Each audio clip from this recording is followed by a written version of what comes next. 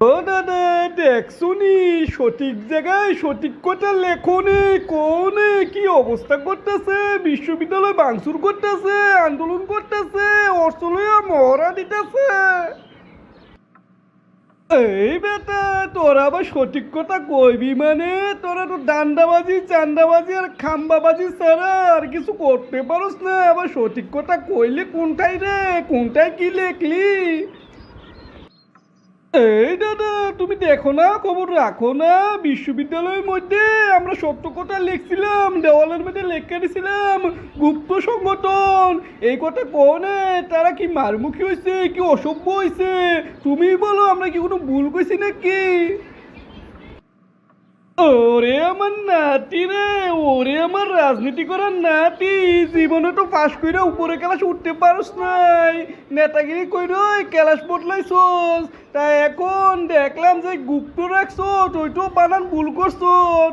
তোরা জাগর গুপ্ত কস, এরাই কিন্তু হাসুরে লড়াইছিল রে।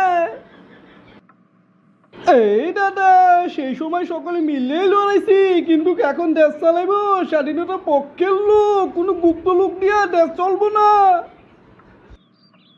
এই বেটা, দেশপ্রেমিক হয়ে গেছুত গা, স্বাধীনতার পক্ষের লোক হয়ে গেছুত গা, এই সকল কিছু বাদ দে। ওই বেটা, এই লইয়া আন্দোলন সংগ্রাম কর, যে যে দাবি উপস্থাপন কর, সমস্যা নাই। তোরা অস্ত্র লইয়া মহড়া দেশ, তগলগে ছাত্রলীগের আর পার্থক্য রইল কি রে? এই দাদা, না বুঝে কথা কয়ও না, এই সকল অস্ত্র আমার না, আঙ্গো না। আমরা তো শিবিরের অস্ত্র পুলিশের কাছে জমা দিতাম, নিতেছিলাম। ওরে পাটপার, ওরে পাটপার, ওরে পাটপার রে, তুই আমার লোক পাটপারি করো। সেই লামগাঁও লইয়া গেছিলি, এটা তো তোর আসিল, আমি তো পালা করে চিনি রে।